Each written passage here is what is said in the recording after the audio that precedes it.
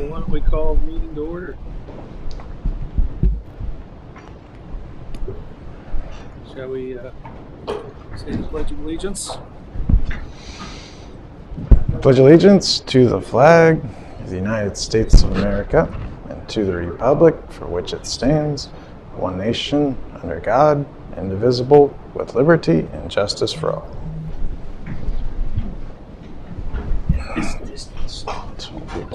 Mr. Rost? Yes. Mr. Colangelo? Yes. Mr. Osbach? Yes. Mr. Veroni? Yes. And Mr. Weisgerber? Yes.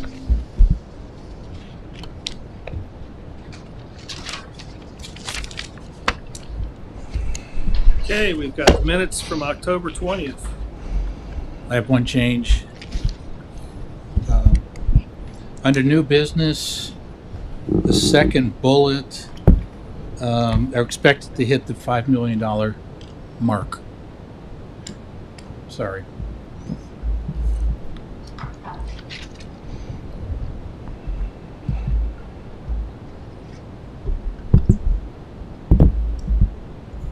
Are there any other revisions? Nope. Entertain a motion to approve the minutes as revised. So moved. Second.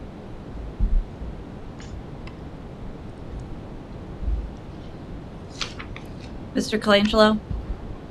Yes. Mr. Osbach? Yes. Mr. Veroni? Yes. Mr. Weisgerber? Yes. Mr. Rost? Yes.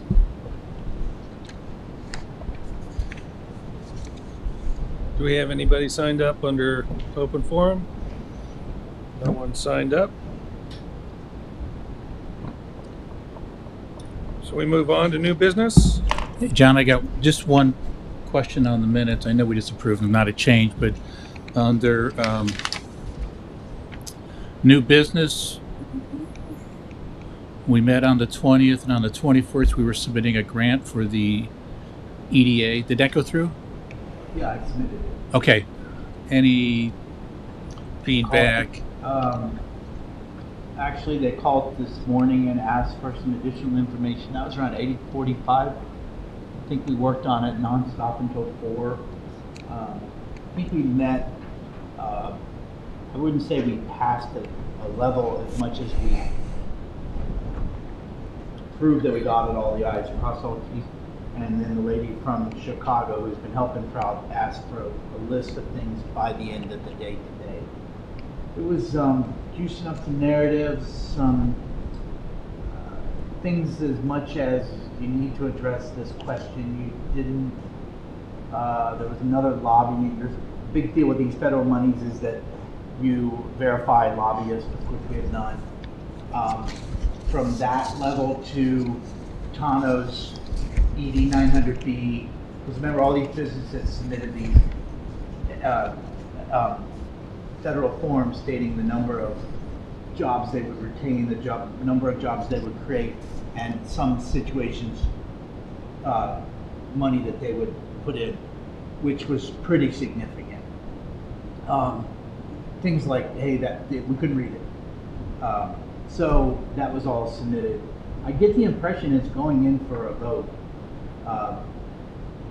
Just only because she needed it by today. So it ended up being for $3,143,633. 50 cents. Because it's done on grants.gov, so the software makes it 50%. Again, I can't emphasize enough that $800,000 for earth removal is astronomically ridiculous. And I see that as just an immense contingency in there. They did agree that it would be extremely beneficial from a cost saving standpoint to bid that separately, to do that as a separate bid. One of the other things that they needed today was they wanted a better definition of how this project promotes equity, which is a little difficult for public garage. They wanted to know how I felt that the project would other labor standards. So they are big on that. Up and above, simply we're going to charge Davis Bacon and so on and so forth. So I spent a lot of the day on websites finding things like, I don't know if you know, there is a thing called wage theft. So, and there's things that you can do to help. So we did a lot of that kind of stuff today, but I'll be honest with you, it's 3.5 months of work. I would be disappointed if they didn't throw us a little something.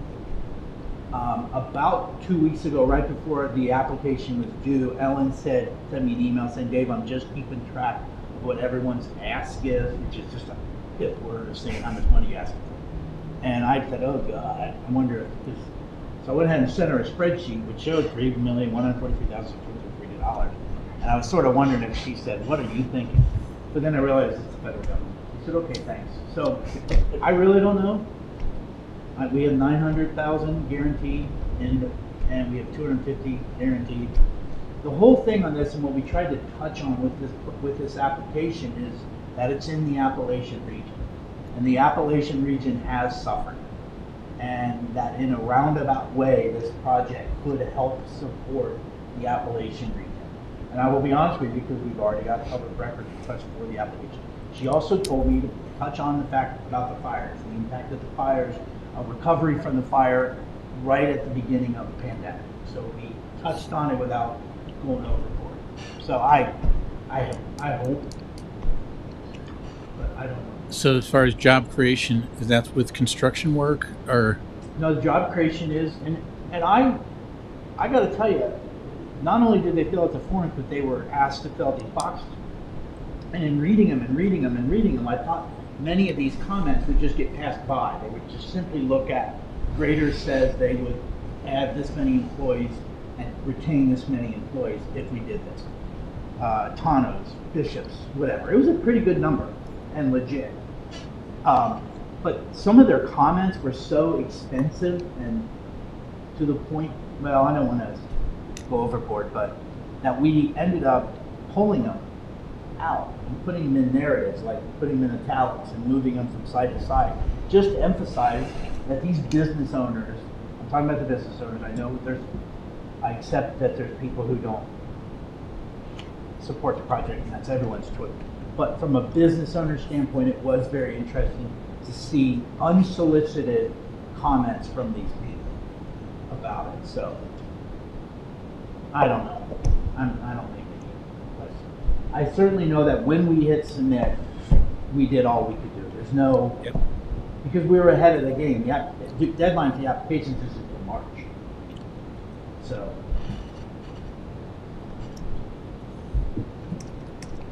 Okay. All right. Let's start on new business. Budget review. Summary financial tables 1 through 4. All right. So that was the big ask for us for this meeting. In the previous meetings, we've gotten into a lot of detail on the personnel, on capital, on debt, a lot of the bigger items, and looked. We had the information for line by line, but the question was, okay, well, what's the effect? How do we sum it up? So that's what these forms are here to do. Specifically, the first one's kind of, I don't know, favorite's a strong word, but it tells the most information from my perspective is, the beginning fund balance is how much you're bringing in, how much you're spending, and how you're finishing the year. Are you finishing in the red? Are you finishing in the black? That's the bottom line. So that's what I like about this one. So how we doing if we were playing a football game? How we doing based on what you see here? Well, the general fund's doing very well. It is holding its own. It is what the hot word in government is structurally balanced. Its yearly revenues cover its yearly expenses. We're not using fund balance to make things survive the year. So what is our total spend down? So total spend down is about $2.4 million. Pretty quickly, and we have all these COVID grants that are coming in, and if you're starting from zero and then you're spending it, you're going to spend these projects down, and it's going to go lower. So and then we're amping up our road rehabilitation projects, so that's some money that's been saved up is going down for that as well. So if you had to pinpoint what the primary reasons were for the spend down and overall fund balance, what would they be? Certainly, COVID expenses is the big draw to that. So that was how much here total? So let's see. Is that the 1.2? Yep. So with the two hits of 688,000, it's going to get us about 1.3, That's really rounded up 1.4 million 1.4. of the total, roughly rounded up 2.5. And then we've got capital projects, which if we looked at that, Right. We've got our special projects fund. A lot of that is also supported by OPWC grants for some projects as well. so if we looked at the fiscal recovery spend down and then the special projects, it's about 2.7 million. I'd agree. So if you had to summarize, I guess, the big impact from a cloud view, am I right to say Absolutely. that makes up the majority of the spend down? Right. We're not spending our rainy day funds or anything like that. I think you need to add that of all the years, this CIP probably has the largest number of grant dependent projects in it that we've had in a while. So standard free OPWCs, knowing right off the bat one is not going to be funded. So we have a lot of grant dependent funds in there. City Council is going to approve. Another one's going to be brought to them on Tuesday, which is going to, it's the timing. So part of that timing is this is the year that you submit for biennial budget projects, often called PORC projects. And the city is a little different, and it's one of the times being in 3 counties is an advantage because we get to apply for projects to 3 different counties. Used to be back in the old days, you'd get a letter from your state rep saying, "Hey Dave, you got any port projects you might want me to throw in the budget?" To now it's they're very competitive. You submit applications to your port authorities, and you, for example, the McCoy tenant, Tom Carroll got the parking lot. McCoy, the Linda Cox parking lot, the 900,000 we got for the parking garage. Those are both biennial capital budget projects. So we submitted one already through the Claremont Port Authority, and then I'm going to bring another one to council for the Hamilton County Port Authority Tuesday. So a lot of grant dependent projects in there. I have a quick question about Table 1. Yeah. The double asterisk that denotes major funds, does anybody see a purpose in that? I'm just curious if I just didn't see it. Well, I mean, those are the funds that people generally jump at as being, what we would say, most important. Your general fund, of course, that's where a lot of things happen. Most of the salaries come from. Police comes out of there. It's a high dollar item. It also mentions the fire levies, which is talked about pretty often as well. So I guess it does depend on your perspective what's a major fund, but those seem to have the... Okay. The other question I have is, you said there were some new funds created for COVID. Is it just one fund that was created or more than one? So right now, Fund 39, Local Coronavirus Relief, I believe, is the one that's been created, and that for the first round of funds that were received in 2020. With the second round, including the 2 payments of $688,000, those are from a different source. So we have been told that even though it's supposedly COVID related, it cannot be placed in the same fund as the previous funds. So it needs to have its own fund created, and we're going to be getting that done pretty soon. So does it have balances that impact 2022? I mean, is there an entry that should have been in this table for that additional fund? That one, I believe, is 38. 30. Showing us So 38. Yeah, there's Just two. hasn't- There's 38, Right. 39. 30, Okay. 31 hasn't been touched. You got your 1 year coming in July, and then to the day a year later will be the other one. No funds have been withdrawn from that at all. Okay, Now- that's what I was trying to understand. And just to be clear on that, those funds have been received, and we received them into the general fund because we did not have the specific guidance of all the steps we need to take care of. So that's going to be going to council as soon as I can get the specific wording all set. They'll approve it, the fund will be officially set up, and that money will be moved to the new fund so it can be properly accounted for. So it'll come out of the general fund. Yes.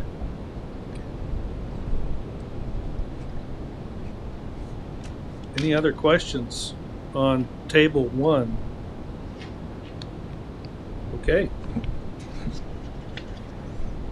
So, table 2. No, we'll move on to table 2 next. Yeah. You have a question? On table 2, I'm just trying to understand. This would be on the expenditures. Mhm. I'm comparing it to table 1, and I'm trying to get to under the general fund. Hmm. The number on table 2 matching the number on table 1. It's close, but Let's see. it's supposed to be the same number. So which one? 8.230 on table 2 Okay. versus the 8227 on table 1. 8227. Let's see. Because the revenue matches, it just seems like they'd expense unless there's an exception. Let's see what the difference is. Not a big change if there is a change, but Sure. may as well fix it. It looks like the requested revenue is 8,306,645, hmm matches the budget. Okay. Yeah, that's a difference of 2,578. I'm just wondering if there's maybe a cell that didn't get picked up. Expenditures. I'm looking at table. Okay, I'm looking at revenue. The revenue's fine. It should match, Mhm. Yeah. John. It just, I think, Mark's thinking maybe a cell wasn't picked up. That could be a quick fix. Yeah. I'll find what that number is and let you know. Which number's right? I'm just curious. Let's see. Is it on table 2? Table 1's usually the one that I go with. Let's see, because that should match. You know, the last section that we're going over today in the agenda, the expenditures one, that's got every single line going right down the list. Right. So I believe table 1's the one that refers to that. Got it. Okay, so which number are you talking about? So I understand, I didn't catch it. 7,940? Look at table 1. Under expenditures. So it's 8,230 in other, so that includes the debt. Okay.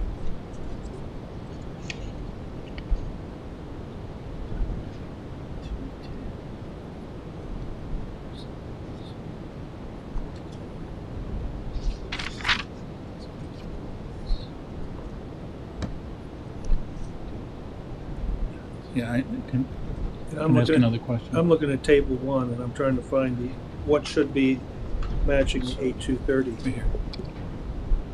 I see, but it's the General total. fund. match table. So the I got you. the 2022 requested section.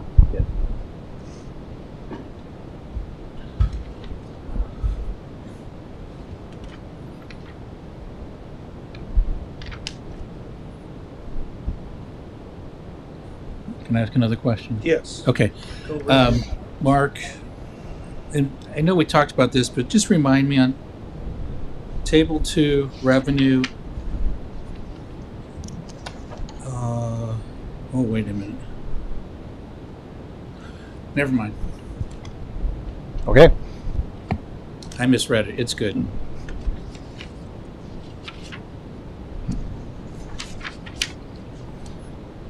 Right.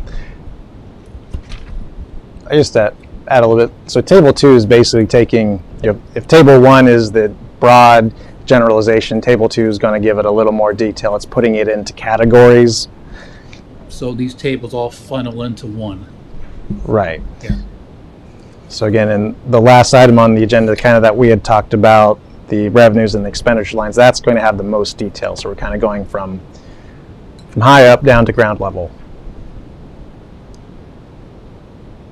So the interfund charges on table 2 and revenues, is that the cost recovery for the general fund? It is. We had a discussion about growing that by 3%. We can. So the sources of that are fire related and our utilities only. Okay. So anything coming from fire is going to affect the levy funds, and the utilities, it's going to be water, sewer, stormwater, and billing. Understood. Okay. If you want to give directive, I thought we said we'd up that number Yeah. by the percent, the Like 3%. 3%, whatever that. I don't know what the total cost recovery number is. is The 544 773 times with 3% on top. right. And the breakdown from that is the fire. I believe it's about 95,000, and the rest is from the utilities. So the 544, is that the full amount? Yes. It is. So it'd be about 16 grand. Okay. Not a lot. 343. Yeah. I thought we said that at the last session, We did. that we would do that. That would be our recommendation. At least I thought we had talked about that. Okay. It's not a big number, Can't but the stay flat. spirit Yeah. the spirit of it is that we need to make a change, and this is letting everybody know that it's coming.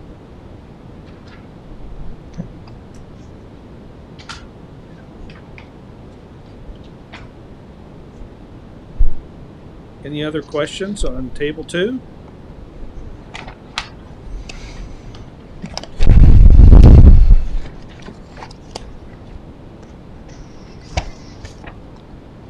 And let's go to table 3. So table 3, very similar to table 2, but would include all funds. And the 5.3 in debt and loan proceeds, that's assuming that we don't have success with the grant, and this is the amount that you originally included in the budget, assuming that didn't. That's only including the 900,000 from the state and the 250 from ARC. That's basically what we feel is the worst case scenario. Okay.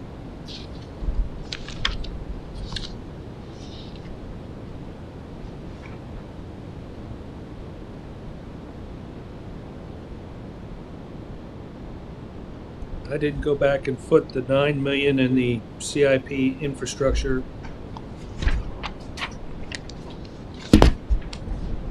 And I'm trying to remember the total amount for the garage.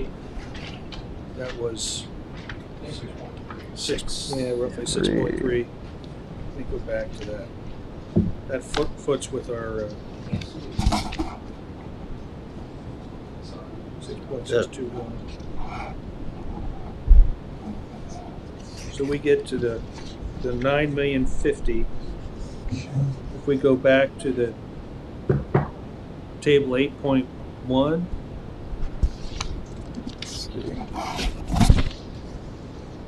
How would I get to that number? 76. Let's see. I think that's linking to the CIP section. It's on page 27. And down the bottom it says 8.844. Let's see. Are you looking at the city's? Well, the CIP infrastructure in the 2022 budget on table 3 shows $9,050,000. And if we look at the city contributions, it's $8.4 million. So I was trying to foot those two. Let's see. It's basically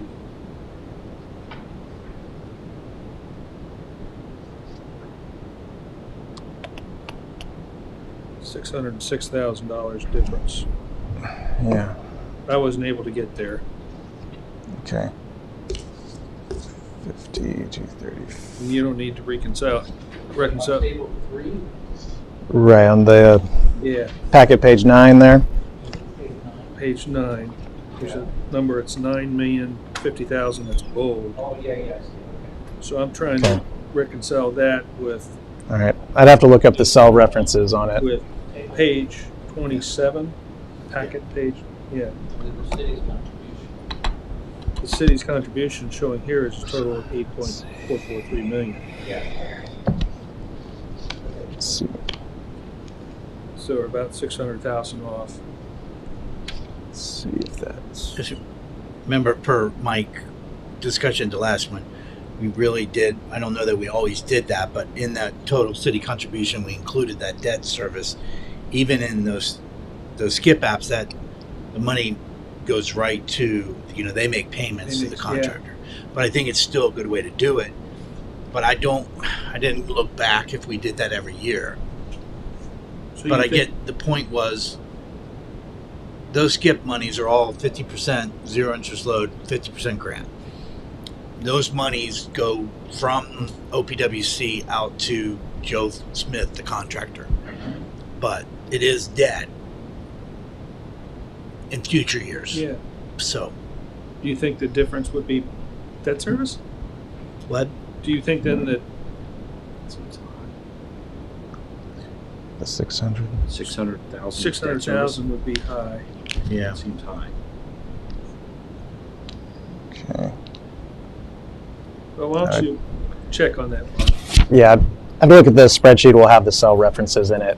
Yeah. It'll track it down exactly.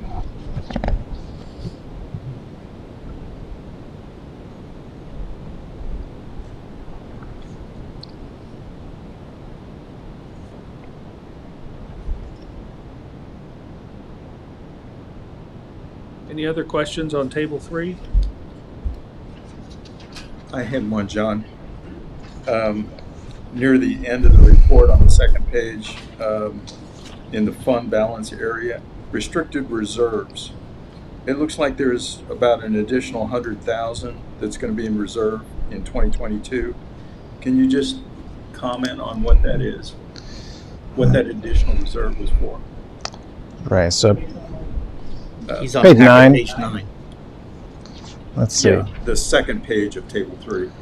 Right. So that references the reserve fund, and then I also believe there's a portion of water that's in there. So maybe as the water fund grows, the portion that has to set aside as a reserve would grow along with it, just to cover any shortfalls that the system might have.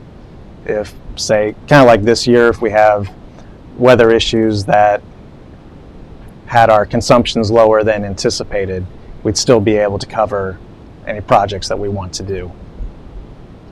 I guess what surprised me was when you look at the reserve in 2020 compared to 2021, it's identical. So there was no change. So, it just seems like the additional 100,000 is from a significant, change in the reserve. I can get some more detail for you, but I think it is project-based.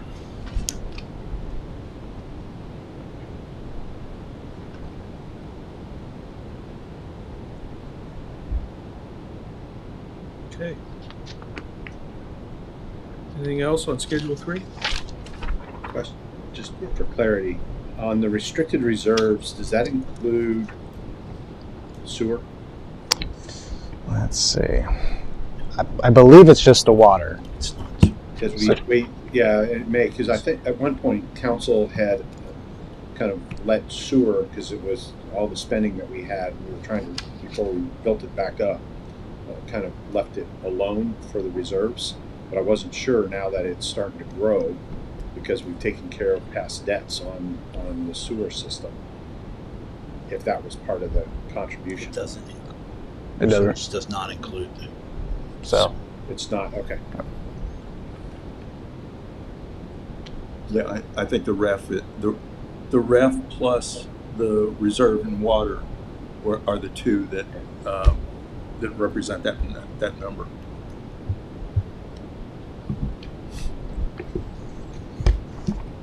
Okay. We'll move on to Table 4. And you sent out a revised. correct. On the original one that came out, the first column did not print out, so on the first page you see the general fund that had been cut off. Second page, I believe the sinking fund was not there, and water ops on third page. So the handout does include them. So again, this just goes into a little further detail about each fund. For the general fund column, this matches what's on Table 2 for the 2022 section.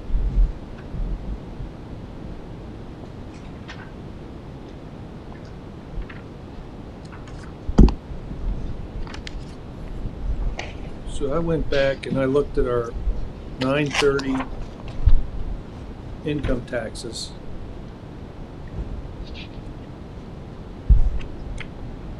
If you divide them by 9 and multiply them times 12 and annualize it,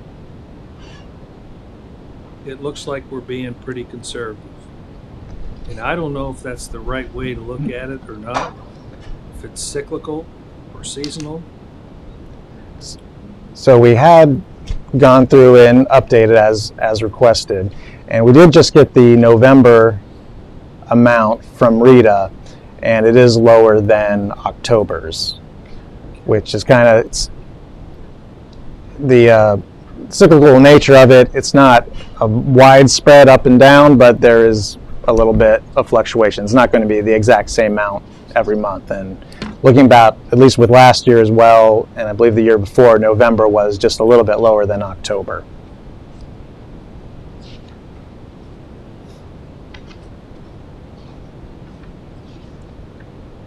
When I did the math, it was about 5.9 million if you annualized it, which is about 380,000, roughly 6.8% of the total income taxes. Okay. And I guess if November was less, I'm not all that concerned. I mean, being conservative is I guess a good thing. Right. But we're being pretty conservative, I guess, just so everybody knows. I would be nervous stating 5.9, but yeah, I believe originally in our last meeting I had maybe 5.1, which was certainly lower, and I think we've already surpassed that.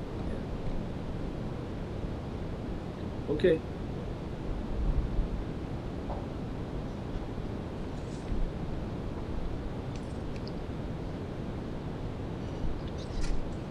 Question. The two new subdivisions going in, the one across from Brandywine and then the one up by Grailville, will those we don't get that income tax? You'll get the one in Grailville hasn't even been annexed in. There wouldn't be any road. There wouldn't be any home construction until 2023 at best. The Chimney Ridge up on Butterworth will pay into the TIF, which is a big success in terms of the $50,000 that the city's been paying on that TIF debt all these years. So I have a pro forma I should have given to you that shows how we would pay back the general fund and so on and so forth. But yeah, from an income tax standpoint, Don and I just came up with a fairly legitimate way, because it's such a crapshoot to figure out what income tax you'll get given the reciprocity, retirement, and Don and I came up with a pretty good formula that I've been using to calculate it. But the only thing you'll really see in 2022 is you'll start to see that TIF monies come in on the Home-Rama development and the Blossom Hill one on 48. You won't see anything on Grail. That annexation will be called Type 2 annexation, meaning that the township will be made whole versus a Type 1 annexation.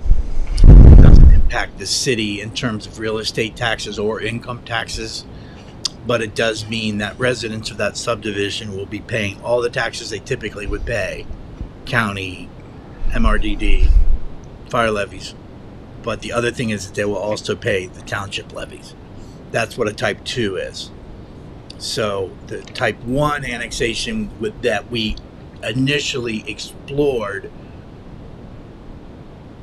requires that the city make the township whole over the course of a 10-year period of time, based on an estimate, and nobody knows the exact number of homes that will go in there, what they're doing. We're only looking at it from an annexation standpoint at this point. We do anticipate an annexation request for the property adjacent to it, which is 105 acres, which will be the Claremont County Park District. But that annexation cannot begin until the first annexation is done, because you're required to touch 5%. Supposed to have a 5% line.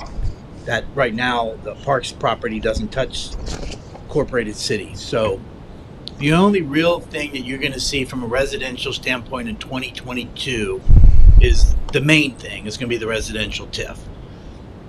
The residential TIF for Butterworth. And that's a real victory that the city threw out numerous opportunities for high density, lower grade developments, took it upon themselves to run the sewer up there, which changed the entire landscape of the interest.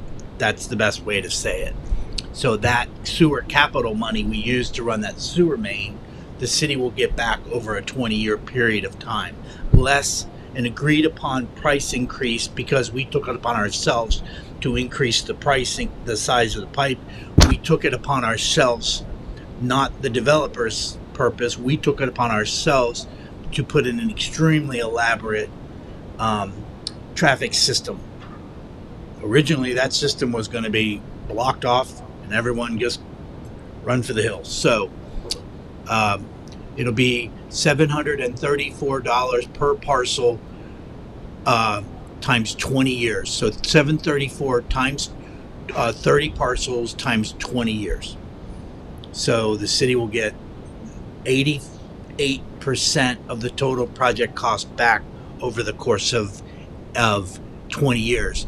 But what is always lost in this is that residential TIF that was done there, which has never produced a penny, will now start producing money. I don't want to use the wrong word.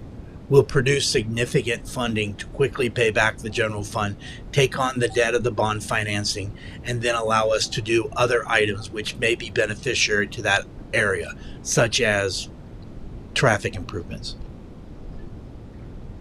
That's really where we're at from that standpoint.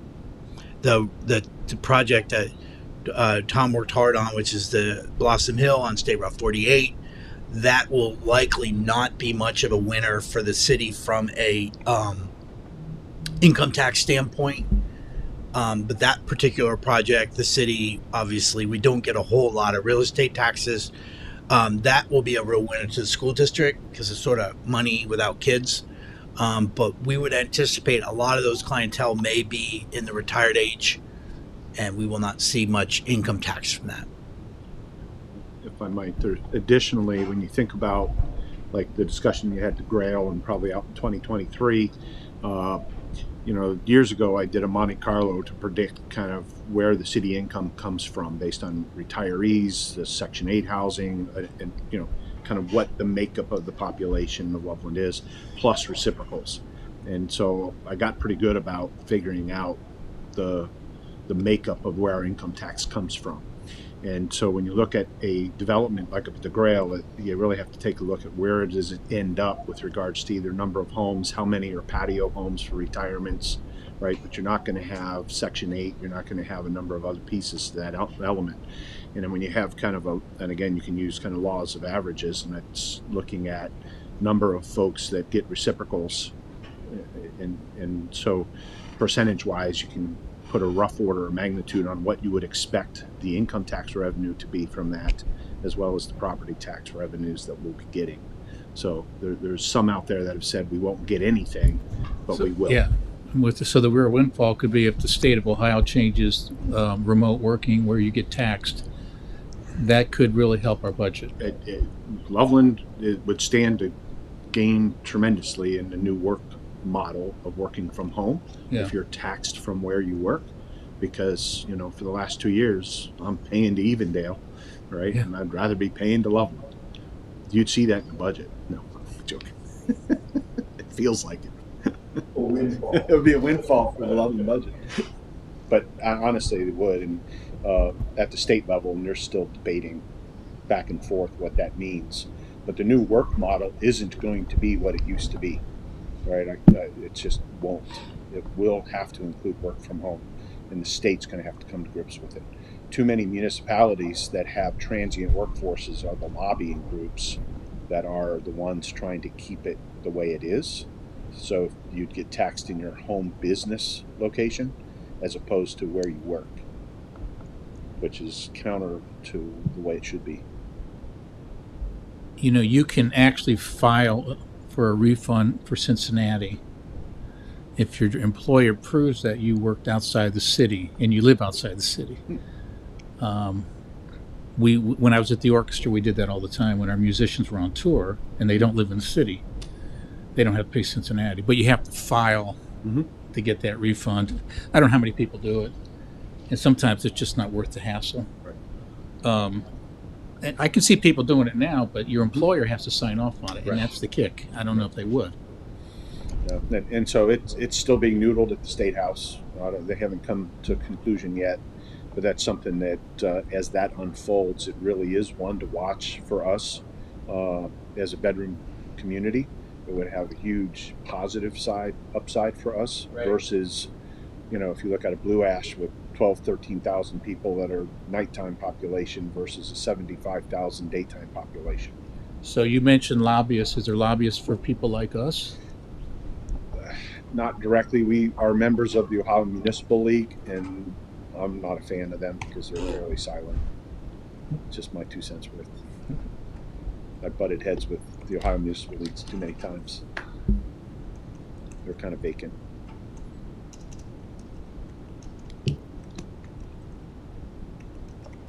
Any other questions on table 4? I had one, John. I was looking at under the total budget column on the last page of table 4, near the end of that page where it's got fund balances. When I look at the beginning and ending fund balance and compare that to what I see in on table 3, there is a difference. On table 4, it's 13.4 million for the beginning balance.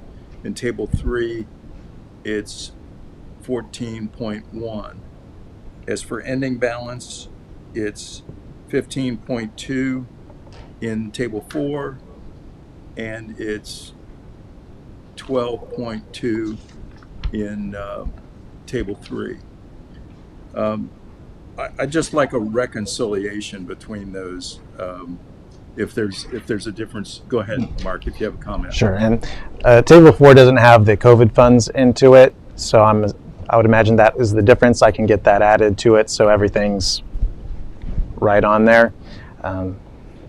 Those funds don't have all the detail that, obviously for the general fund there's a lot going on, so Table 4 is more interesting for that, but I can add those other funds as well. Yeah, I'd like to see that balance. Yep.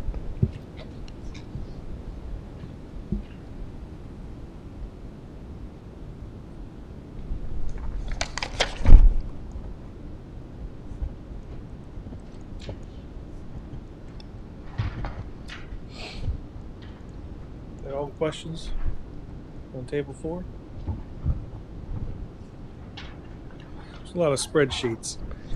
It is. Yes, it is. All right.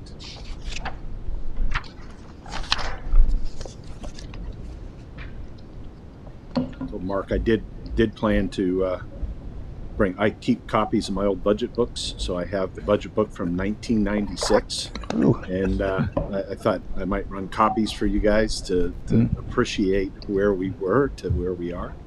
Later I'll tell you some numbers, but just in format and where the funds are, it's trying to trace it down, and what we did is just, at the time we were doing okay, but this is much better. Yeah. All right, well, let's move on to the fund forecast and Pro Formas. Okay. So for a lot of these funds, the 21 and 22 numbers are going to be nothing new. The focus is mostly projecting out how these funds are going with the fire-related and the utilities. Further out we go without either a new levy or rate structure adjustments. You can see how keeping up with repair and improvement of our system is putting a strain on the funds. So I believe that's the main point to show here, is that over time action is necessary to keep things in the black.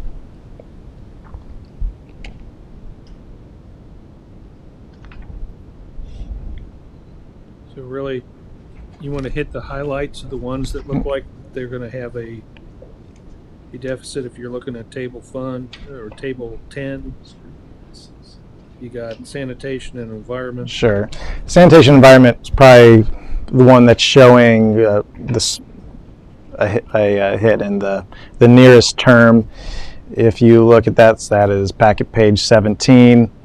You'll see the beginning balance start to go negative in the beginning of 2025, which would mean by the end of 24 it's starting to get down towards the red. That's something that we need to certainly take a look at. For sanitation and environment, I mean, that gap would be covered via a rate increase. Okay. Correct. And the other thing that I noticed was the contract cost was constant all through time. So any deviation in the contract cost and then other things would just be covered via a rate increase. Right. We would have to pass something through. And then, I mean, on the street maintenance fund, kind of similar line of questioning.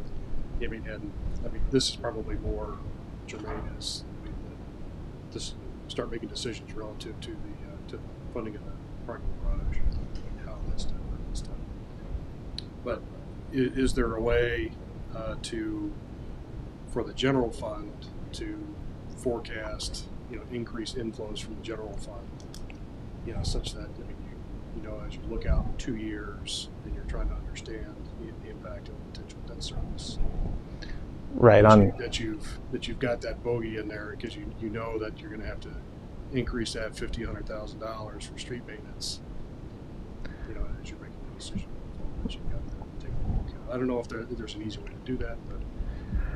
Well, and that's packet page 14. There is a line on there, transfer from the general fund. Right now it's kind of flat at 75,000. You can, since it is a spreadsheet, you can go in there, just kind of play around with a push and pull of, okay, if we add this amount, does that help us? If we take, will it help this fund and will it hurt the general fund? Exactly, and that's kind of the Because I think, I mean, what would be your impacts to the general fund out in the future, such as we're making future funding decisions that would potentially impact that general fund. Right, and That's a year with one of the bigger hits in the CIP equipment is Right. in 2022 because we deferred the dump truck. The assault truck that we've needed was initially 2020, bumped it to 2021 with COVID, and didn't do it in 2021. We moved it to 2022. That's the big item. Then you're down to your standard, its portion. Then we are looking at, in the out years, we are looking at purchasing a mini track hoe. That mini track hoe would be spread amongst many different funds. We utilized that mini track hoe when we put these steps in over here along the ditch line down to the bike trail, and it was a rental cost on it versus its value to the city for water main breaks, a myriad of items. Sometimes, like the city just purchased that flashing sign, that we've already used that.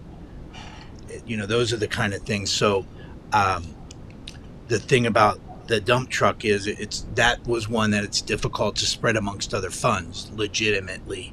So a track hoe, other items, we spread amongst so many funds.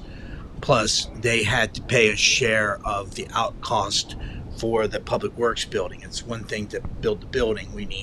There's items that need to go in there, both IT items, equipment, and then we build a spreadsheet of those items, and then I build another spreadsheet, and then I build the different columns based upon how we feel all those items should be spread.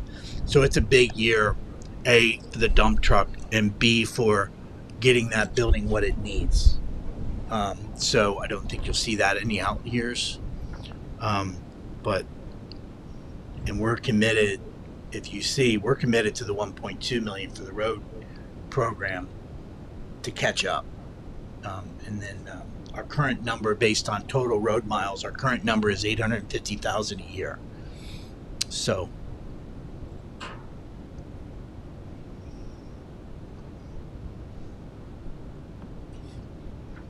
Okay. We talked about the fire and EMS already in prior meetings, but that was seen coming last budget year.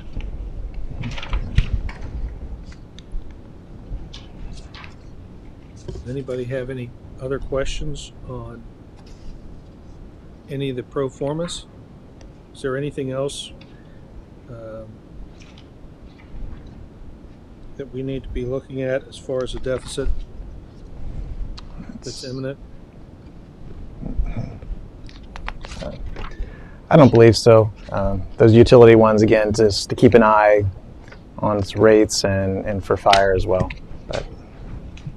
And to the positive, stormwater does have some significant debt starting to roll out from the out years, which is good. I did have one question on the water capital pro forma. The 1.25 million CIP in 2025. What's that? So water capital. 20. Which line? I'm sorry, Greg. Which line? CIP equipment on water capital in 2025. Trying to remember what it was. Oh, Is that a pump? that's been in there forever. That's the dream thing. Tom Vanderhorst and Tom Carroll. I just keep mushing it down. That would be the dream child of the technology where on our water towers, all of our water meters would be read remotely by hitting a button. That's I keep it in there out of respect to Tom Vanderhorst and to Tom Carroll. Okay. But in a perfect world, those things work to such efficiency that Greg, Mike could come in and say, man, I got a high water bill. And you could literally sit there and go, well, Mike, if no one's home right now, you're using a ton of water. Because it's real time. And it also allows you to go, and everyone's meter is read. This community would rejoice the day we actually get true readings every month. But we got to make a lot of other things right. So out of respect to them, I just keep moving it down the road. Fair enough. I don't know how you're going to fund it. I love the idea, but Very clear. Thank you. So- Yeah, it was a big number. There was an It's a big ROI number. done, I think, at Mike Maroney's request on the remote. Yeah. Yeah. And the ROI wasn't there. That was, what, 10 years ago? It was a while ago. It's been a while. All right. Yeah. You were right. There was no ROI. There wasn't. All right. It's just No other- customer satisfaction. Mike. No How do other. you measure customer satisfaction? So we okay on fund forecast and pro formas? Shall we move to the CIP? The only item that will change, I just got an email, it's pretty funny, 5:54. I'm sorry. We're pretty committed to trying to increase the outreach, and what we're trying to do over time in a 3-year program is start to install the LED monitors, computer screens like you're seeing all over the place. And the first one we're going to look at is at the entryway by Public Works. These are high-end LED monitoring screens that could tell you anything from a concert this Sunday to congratulations, Loveland High School, to all the myriad of items. They've become very popular. And we decided to start at the entry gate on Loveland Deer Road near Public Works. And then we were looking at one downtown, and then down the road one at so that number, I put a placeholder in there. That would be item number 13. And I put a placeholder of 20. Total estimated cost from Atlantic Sign Company is $26,560. The only other item there will be a 15. It's a that would be for Nisbet Park. No, I'm sorry. Item 14th, Nisbet Park Phase 2. This would be for what I'm going to ask council for permission to apply through for the Hamilton County portion of the state capital budget is the play sets in the Heights. The Heights play sets were put in 2007. They're aging quickly. The city has been trying to invest money into the Loveland Heights. If we can get these funded for this thing, it's a win-win.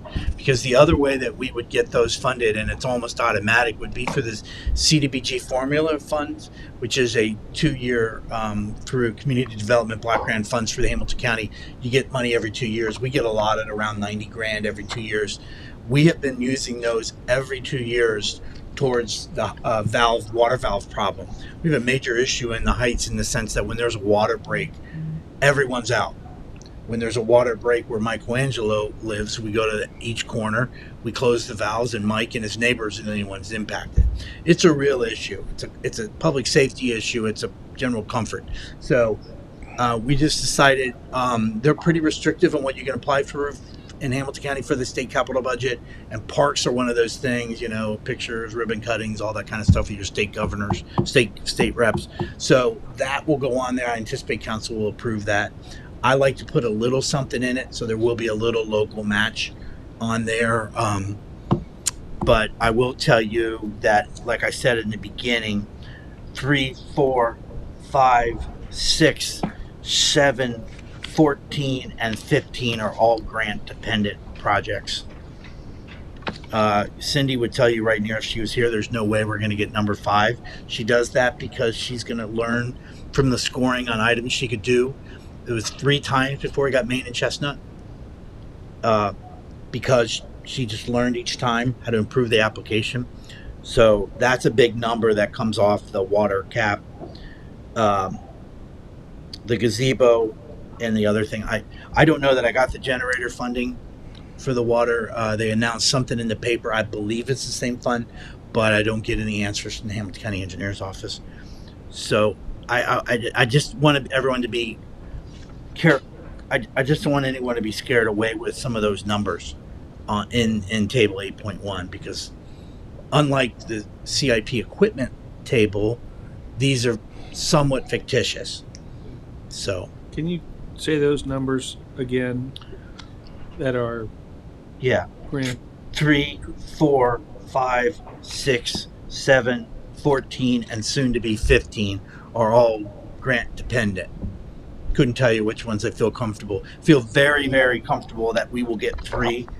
Very, very hopeful we'll get 4, because that's part of the whole master plan for downtown and widening Harrison and knowing that that turn radius shouldn't be that way. So imagine that. And to be honest with you, another benefit to 4 is before we really can go hog wild on making Nisbet what we want it to be, which is probably one of the more signature parks in this area, we have part of that is what will occur in 4, which is all the storm drains that everything from West Loveland over to where Tim and Kay live basically goes down Harrison and goes across Nisbet Park. That pipe is undersized. So part of Harrison that you're not seeing is all that stormwater gets fixed and Nisbet gets completely destroyed as new stormwater goes in. Better to do that now. That's why the first 2 phases, phase 1 and phase 2, are all up along the bike trail, because the future phases we can't do until the pipe is fixed. She'll tell you we're not going to get 5. 6 I'm hopeful for, and 7 I don't believe that I have received. I didn't remove it because I haven't heard officially. And 14, I don't know. They just gave us $900,000. I don't know that they're going to give us more. That's why the city put in a 15% local match in a grant that doesn't require any local match, and we're going to do the same in 15, the one you don't see yet, because I don't want to put stuff in before council even has it on their agenda. That's only a 10% match on a. It's only a 10% match. It's not a biggie. Yeah, I just want to say that the city has done a lot and doesn't get enough credit for how much money they're investing in the surface roadways. 1.2 million. Rob will tell you that's unheard of. I remember asking him, "Am I safe to say it's the biggest in the last decade?" And he laughed. The biggest ever in the history of the city. When we went 1,049,750 in 21. So when we get to 1.2, that's a big number. And it all goes back to that Stansect thing that Cindy pushed us to do, which was that Ghostbusters vehicle driving them down the city streets. That really told the tale. That's funny how things work, but that painted a picture for city council that really showed them how every year that you're deferring a street, how much more it costs you by deferring. But another thing that I don't think the city gets enough credit for is how much money the city has invested in their park system.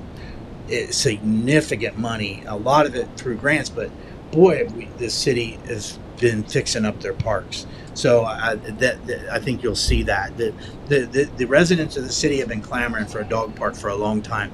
This one we're going to put at Kiwanis is an easy way to do it. It's out of downtown. It'll benefit a lot of people. There's tons of unused parking. It's utilizing portion of its already existing fence. A bunch of high school kids came down and helped us measure it. I mean, that's a good project that will, that you're only doing stuff downtown stuff. It's not really true, but here's a perfect example of something being done outside.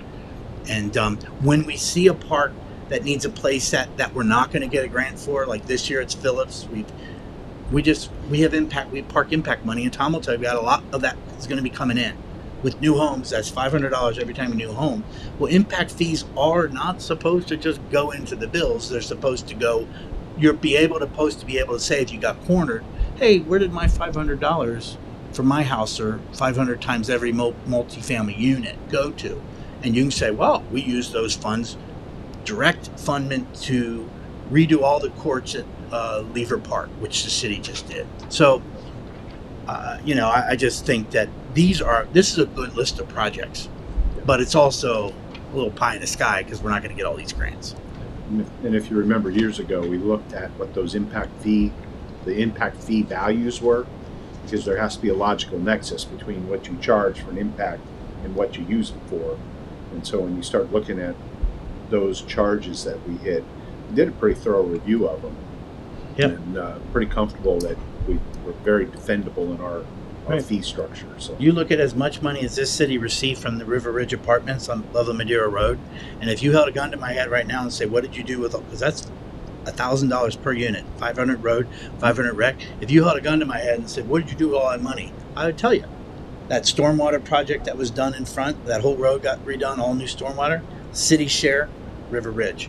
Kiwanis Park playset, River Ridge. There you go. It almost equals up almost perfectly. So, and someone someday could challenge the city. Right. And there are some out there that will do that because they make money by challenging cities and what Yeah. you do. Yeah. And so we've done a good job in tracking. You know, it's not a free revenue stream to charge impact fees willy-nilly. So just I don't want anybody to think that we could update and charge more and help supplement our income. Yeah. It's not that easy. Is there any other discussion? Well, on yeah, CIP? one quite. It's not necessarily about the project per se, but just on the 1.2 million for the road rehab program. Where do the expenditures for that get tracked? I was trying to, I see the kind of in the summary tables. I mean, the expenditures are going to add up to that, but I'm trying to find the fund where that 1.2 million gets spent out of. Okay. Well, go ahead. I was going to say, so there are multiple funds that put into that. So Yeah. we don't transfer it to one local place, so we pay it out of each one. Okay. Yeah. Yeah, I was trying to look at all those, and I couldn't. Okay. Yeah. Yeah. I was That's even trying to piece that together. Yeah, no, that's something from a legacy. As long as I've been here, that's what we've done is pulled it out of different funds. Okay.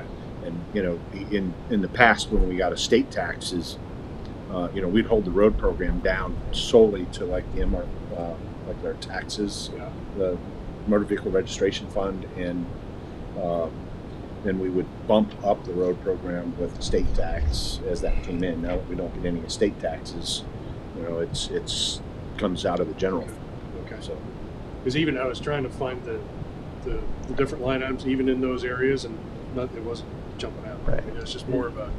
There's a It's summary not necessarily super important, but Yeah, if you look under, next time you look at the full packet, if you look at all the gas tax money and the MVR money, at the end you'll see where there's a summary for total road program that we put in there. Mm. I mean, to be honest with you, nobody liked it, but DeWine's gas tax was a windfall for communities, and this community put it right to the roads. So, and to be honest with you, other things such as, we're loaded with salt. I mean, we could just stop right now and not buy any salt and be good for a while. But when it comes to the road tax, that really helped us. Even during the pandemic, we anticipated that to be our biggest hit, and it wasn't quite as big as we thought it would be. Craig, to give you an example, on page 48, Yep. the street maintenance fund. Yep. There's the road rehabilitation line. It has 270. 70. Yeah. Yeah, it's all those added together. Okay, that's why I was looking at that would have been the logical.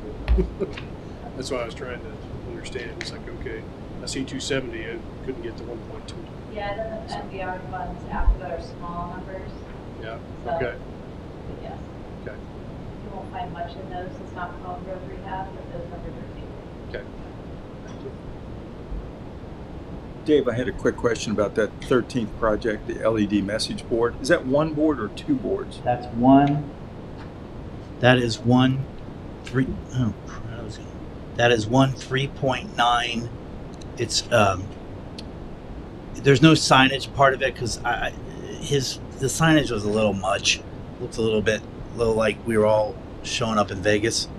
I didn't like it, so I just said, why don't you just focus on if you could just focus on the I've got a pretty good photo of it. So what that is $26,550, includes the 2K allowance for electrical service, which is really nice. There's electric service that feeds those landscape lightings right there.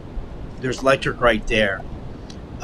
So What's the size of the board? 3 foot by 9 feet. 3 by 9? And it's a what they call a 10 mm, which is the highest grade, the highest visibility. So these will all be adjusted. next year would be City Hall, but Krista, our marketing communications manager, who runs all the city social media, I mean, we basically tore up State Route 48 and did paving in the downtown. And by putting that sign up, look at what we did when we shut down Riverside, and we had that sign at the dry cleaners. Not a single phone call. I got nothing. We got one phone call just from somebody who lived right there on Riverside, just making sure she could go in, and then moved it to Veterans Park, knowing that would catch most people, telling them about what we would do on State Route 48. And we had the workers' comp funding that we could use for it, so we were able to say to A&A, we'll take one of these. Is that sign going to be ground level or elevated somewhat? This one, the LED one. The LED one. Well, I'll tell you what it's going to look like, and don't laugh at the picture. Basically, I'm just curious about it. No, it's about good. visibility. Well, think about it'll be visible, because think about what is there is basically wrought iron type fencing. It's going to be mounted not on there. That's not sturdy enough. There's metal brackets that will be behind it. You won't see. That'll go through the openings in the fence. That will hold it. It's not safe to put something this expensive on that fencing, because when that was installed, that wasn't installed to be anything but ornamental. So it is. We just think from a traffic standpoint and from a message standpoint, that is pretty high level area to do that. And so would you say the bottom of that's going to be about 5 feet off the ground then, Dave? yes, it'll be pretty far above those shrubs. Oh, 6 or so. Yeah. Yeah, It's it'll not a be billboard. it'd be pretty. It would be pretty far above those. Above all of that.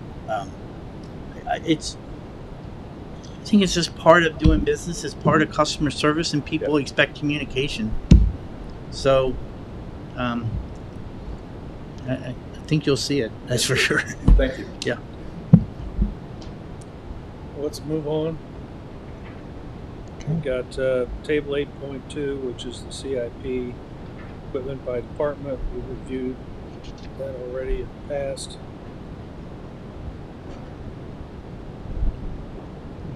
Any comments on it? Okay, so let's move on to budget review, revenues. All right. So the revenues and the expenditures, this is pretty much just a rehash of what we've gone on before. There have just been very minor tweaks to it. I believe we added some expenditures for landscaping recently. For the general fund is $20,000 that went into there. Pretty similar to what you've seen before. And on the expense side, just to go back to a comment from earlier when table 1 wasn't quite matching up the general fund expenditures, this detailed listing matches table 1, so the error is a reference on table 2. So I'll get that cleaned up. Anybody want to get into any of this detail? I think we've gone through this.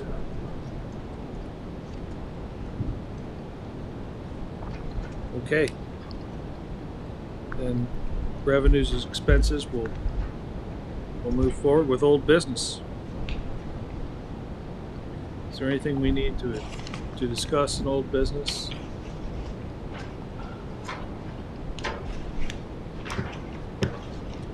Okay. Finance-matic worksheet. I think everything here was pushed out with the exception of the margin analysis, and when we have the final budget, I think we back into this. I like this table 4 to Mark that just handed out tonight. It's really helpful. Yeah. I mean, that's what we're looking for, I think. I'm glad to hear you say that. Nice work. We're back to customer satisfaction. Yes. Great. So you think we have, you comfortable enough with that we don't need to address the margin analysis? I'll say I am. I'm not going to say yes or no right now. Okay. How's that? I'm going to be an attorney. Like, it depends. All right. I've got an opinion about that too. You know, the margin analysis is just looking at unrestricted funds from the general fund and special projects, and it's a very high level. And I don't think it would take much to actually put it together. Is it solar powered? Solar powered? Not necessarily formally, but even informally, just to see what it might look like. Well, I think it all depends upon how you classify the revenue and the expenses. I mean, that's As to whether they're secured or unsecured revenue and expense. What's the terminology for the expenses? secure and insecure. Yeah, I think that's that's it. Yeah. So, I mean, we used to have estate tax, which we don't have anymore. That was part of this. Right. That was always a wild card. Could be a pretty big number. Yeah, we started with 0 and then it would adjust. Let's go up. It'd go up. Now it's 0 and it's staying 0. All right. Well, Personally, I always liked the high-level summary because while you can look at your revenue and expenditures, right, the budget is clear that we're running a balanced budget. The question is back to special projects and, you know, the information's here. You can look at it's Table 4, you can look at fund balance, right? It's all here. It's just whether or not you want it in a different summary. Is really what it boils down to. And in the past, you wanted to make, part of this discussion was we always wanted to make sure that we weren't using, unsecured, I'll use that term, revenues to pay operations, right? You wanted to make sure your secure revenues and operations were balanced, right? And that was kind of the one thing that I always looked for out of that, because then you could say, am I spending down general fund or fund balance for special projects, which is okay. It's all here. The question is, what is it that adds value to this discussion in that one-page summary? The other thing I liked was it included transfers and gave you a good feel as to how much money was being transferred out of the general fund, for example. There were two of them that were prepared. One included transfers and one did. Right. So, in the end, it'll be up to you guys. My term's over. We understand it was a monster to put together. I understand that, but this is helpful. This table 4. Table 4. I think it's a step in that direction. We'll keep working on it. Well, it's slated for November 2021. So we need to move that out if we're not going to do it.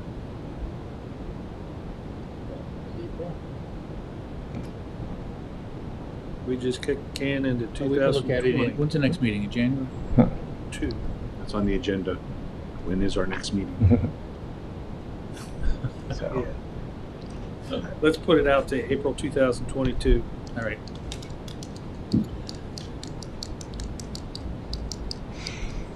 All right. Any other discussion on the Finance-O-Matic worksheet? Future meetings? Let's say, as far as regular meetings go, if we go on kind of the same schedule, that would be January 19th, 2022. Again, a Wednesday, 5 p.m. is wonderful for me. I really appreciate the flexibility of everybody making that time. So, I think I'm going to probably have to come before then to you and discuss the parking facility. Because as soon as we know the EDA funding, I really need to come forward to you all.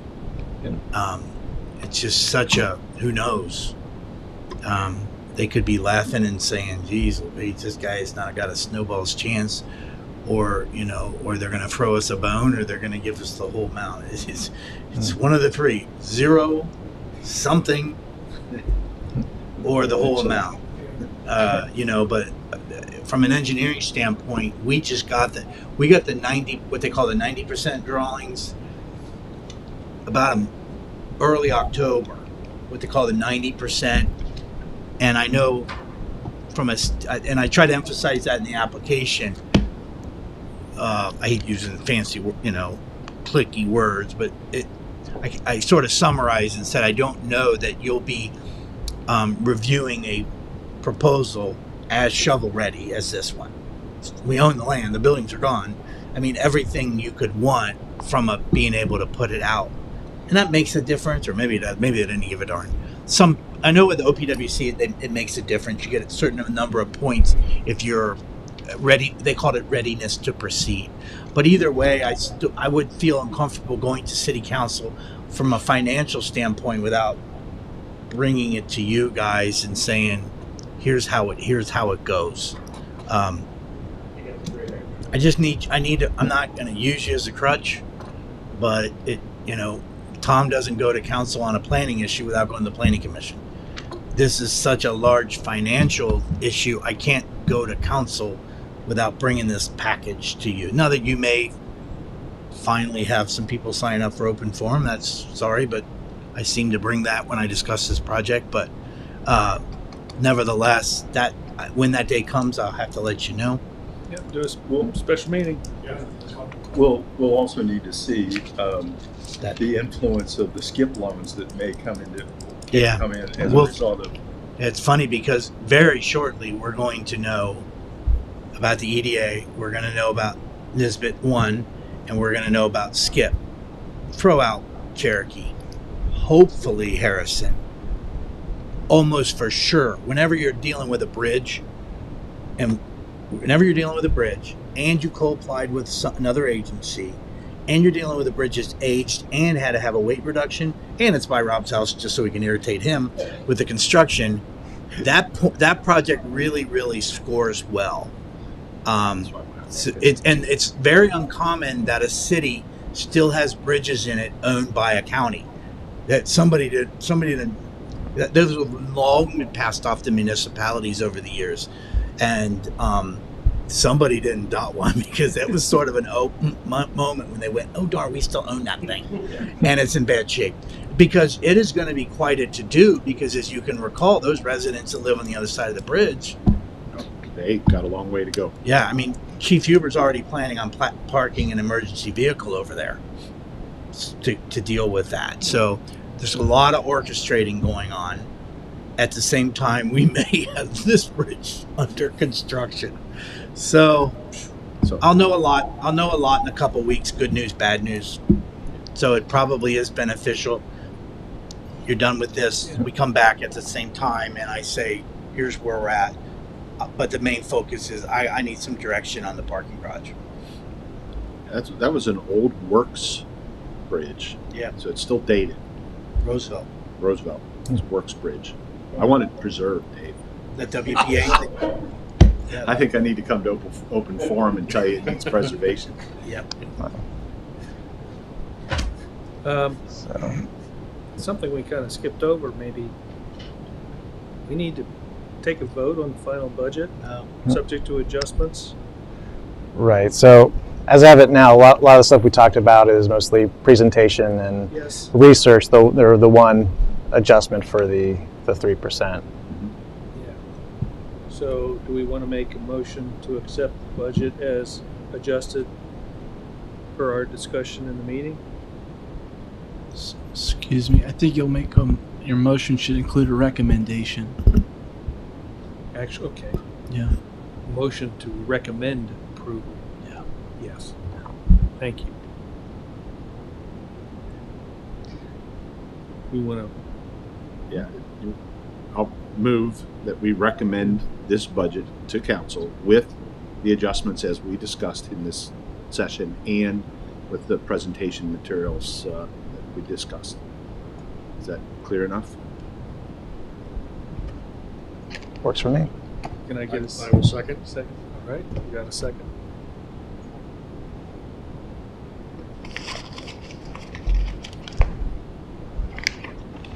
Mr. Alsbach, Yes. Mr. Ferroni, Yes. Mr. Weisgerber, Yes. Mr. Rost, Yes. Mr. Colangelo. Yes. I got something. Yes, ma'am. Next year when we do this, can we start with package we started with tonight. This the overview rather than the way we did it this year. I know you're new, I get it, but next year maybe we can start with the overview and then dive into the weeds. Maybe Dave's not going to be working on a $3 million grant application. Right. Yeah, I haven't Simultaneously. been as much help to Mark for his first one. I focused on expenditures. We're behind on the narratives and a few other things, but so. One other Yes. comment. This is something I mentioned at council, and I mentioned earlier the 1996 budget, just to give you an idea of some of the differences. Now, back in 96, we had the two funds were general fund and income tax funds. They were separate funds. But we had a beginning balance of the general fund of $0 with a revenue of about $2.1 million and a real estate tax of about $460K. In the income tax fund, the beginning balance was $3 million and a revenue of $1.7 million, and that included all the revenues in there, especially in the general fund, had included the state taxes and general funds that we get from the state, right? Local government funds that pretty much all went away. So when you compare that, a beginning balance of $3 million, total revenue of $3.8 million, and real estate about $460K to the numbers you just saw today. And that doesn't happen, as I didn't really say at council, it doesn't happen by accident. It's economic development, it's growth, right? It's wise management and customer service. And these are the things that people come here for. So big difference in where we've been in just a short, it seems like it's a short time. Time flies when you're having fun. You know, Rob, I think that's you have to always, we can learn from history, right? That's why we study history, and I think looking back sometimes is so helpful. What's a path we took? What are the trend lines, and how did we do this? And and a lot of it was development, which I'm sure some people are against, but and if you want great services, you got to generate money. People want services, and we found a way to provide them, even with reductions in our revenues from the state. So, right. Why do we have RETA and we don't have internal resources, right? We could do internal resources, or you can do external, right? You look at holding our PD count back as much as we had, right? Our service call count for our police department almost twice what we were in 96 with very few extra heads, right? And that's why in here, trying to have the right head count, trying to have a backfill for the chief, so because we don't have the right makeup to have a right backfill, but succession planning, having the right staff, all matters to the resident, which is what we're serving. And the budget is enabling us to do that. Where'd you get those numbers, by the way? I have the old budget book from '96. Yeah, I'll make a copy if you want. Is it on green bar? No, it is not. However, they're photocopies shrunk down from the green line computer printed. Gosh. You probably heard one of the finance directors in the past used green bar paper until he retired. With Lotus 1, 2, 3. And Lotus 1, 2, 3. And he'd come with the ledger that was about this thick. Yeah. About that wide. Yeah, but this is. I think we saved paper when he retired. Yeah. But you're Green and white bars. Yeah. There's some in the back. I think there's some back here. Is there some back there? It's for kids to doodle on. About all you They're having fun. But I appreciate what you guys do. From my perspective, I've been on the Finance Commission with you guys before. I'm not rerunning for my seat, as you know. So my term on council's up. I'm council's rep to this commission. So council will be appointing a council rep to this commission. What happens to us? Do we have to go through, are we good for another year? Yeah, your terms are, I was just. My term expires. Yeah, so it's up to the mayor then to re-up or Misty and I reassign. just went through them. I forget who's up and who's not up till next year. So Maybe, thank you. can you for email your us help and let us know support. that? Yep, I can send it to you before I leave, because if I don't, I'll forget. It's literally right on my screen. I just have to hit a button and send it to you. All right, great. So unless council changes the rules and lets me continue to serve, which I'd love to do, Maybe I'll come in and sit out there. Pastor Dave. Do we have any more staff or committee comments? I had just a quick question. That brief discussion made me think of performance metrics that you gather from various departments. Is that still being done on an ongoing basis? Tom takes care of that for us every year. It's in the master plan. Just putting the narratives and that together. Yeah. Okay. Okay. Okay. I want to thank you, Rob, for being on this committee. I don't know if you're going to stay with us or not, but I'd love to, but it's up to the council. right, I understand that. But thank you for your years of service at council as well. I mean, Yeah, thanks. to think that you're rolling off after 500 years, that's Yeah, amazing. I'm gray for a reason. I still have pictures from my initial swearing in. It's like, ooh. I had dark hair. But Thank thanks. you. I Yeah. appreciate it. It's been a pleasure. It really has. Well, I'm looking for a motion to adjourn. I'll move to adjourn. Right? We have a second? A second. All right. Mr. Ferroni, Yes. Mr. Weisgerber. No. We'll keep going. Mr. Frost, Yes. Mr.